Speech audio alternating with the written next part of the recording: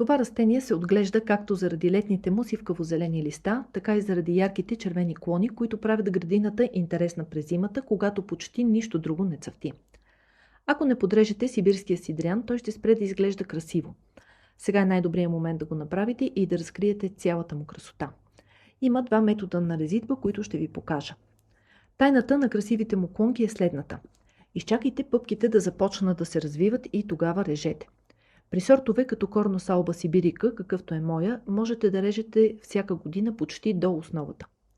Първият метод е да режете по-агресивно.